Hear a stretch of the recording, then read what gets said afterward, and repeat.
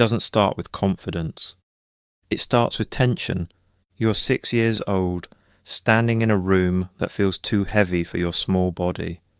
A door slams, voices rise, silence stretches longer than it should, and somehow you feel responsible. Not because anyone said it out loud, but because children are experts at one thing: survival. So you say the first, "I'm sorry," even when you don't know what you did. And something subtle happens. The room softens, the tension shifts. You learn a dangerous lesson. If I take the blame, things stay calm. If I shrink myself, people stay. This is how chronic apologizing begins, not as politeness, but as protection. Children are egocentric by design, not selfish, but wired to believe they are the center of events. So when chaos happens, they assume it must be them. In homes filled with emotional unpredictability, anger, criticism, withdrawal, or constant stress, a child adapts. They become hyperaware. They read facial expressions before words are spoken. They monitor tone.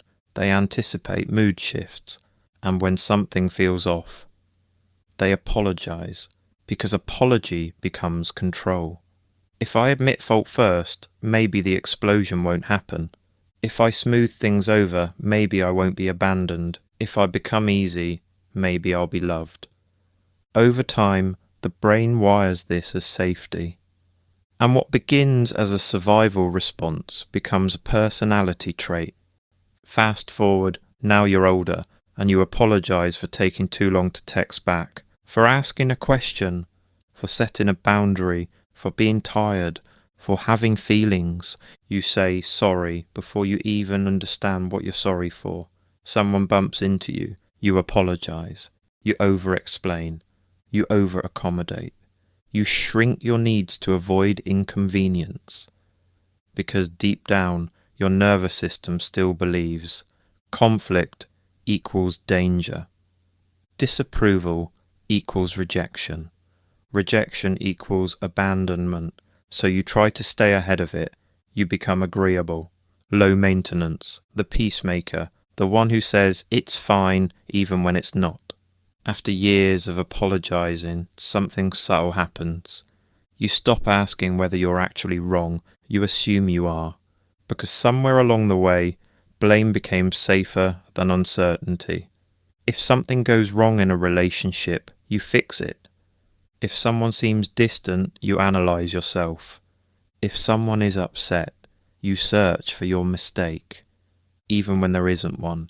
This pattern often begins in environments where love felt unstable, where moods changed without warning, where affection was conditional, where peace had to be earned.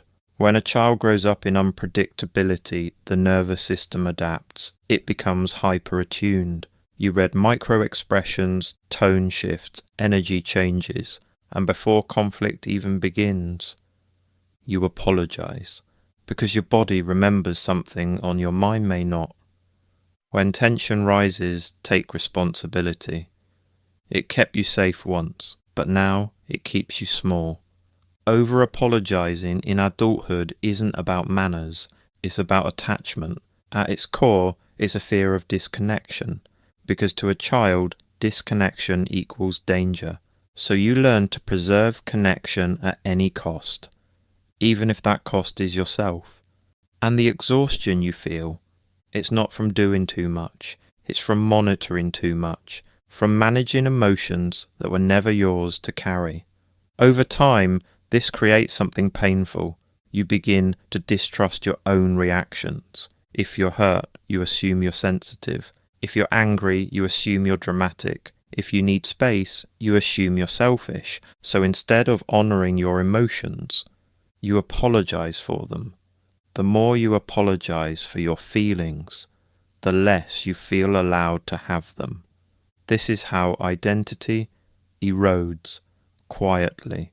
You might look functional, successful, kind, but internally, you feel like you're constantly asking permission to exist. When children feel responsible for maintaining emotional stability in a home, they internalize misplaced accountability, the belief that if something was wrong, they must be the cause, and if they're the cause, they must fix it. That belief follows you into adult relationships. You overfunction, you overgive, you overexplain, you rarely ask for reciprocity, because needing feels dangerous. Compliments make you uncomfortable. Support feels foreign. Receiving feels unnatural. You are trained to earn love, not receive it freely. And when someone treats you gently, you don't relax. You wait for the shift. That's hypervigilance, not weakness, a nervous system shaped by experience. But here's the turning point. Over-apologizing isn't weakness, it's adaptation. It's the intelligence of a child who figured out how to survive emotionally complex environments. You were perceptive, strategic, attuned, but what once protected you now limits you. Healing begins with awareness. The next time you say, "I'm sorry," pause. Ask yourself, did I actually do something wrong? Or am I trying to prevent discomfort? Replace automatic apologies with clarity. Instead of, "Sorry I'm talking so much," say, "I'm excited about this." Instead of, "Sorry I'm late replying," say, "Thank you for your patience." Instead of apologizing for a boundary, simply state it. It may feel unnatural at first, even unsafe, because your nervous system associates non-apology with risk. But slowly, you teach your body a new truth. Conflict is not catastrophe. Disagreement is not abandonment. Needs are not threats. The child who learned to say sorry to keep the peace doesn't need to perform anymore. You are not responsible for managing everyone's emotional weather. You are allowed to take up space, without earning it, without softening it, without apologizing for it, because the person who apologizes for everything was once just a child trying to stay safe. And that child deserves something different now. Not pressure, not perfection, not performance, just permission. Permission to exist without saying sorry first.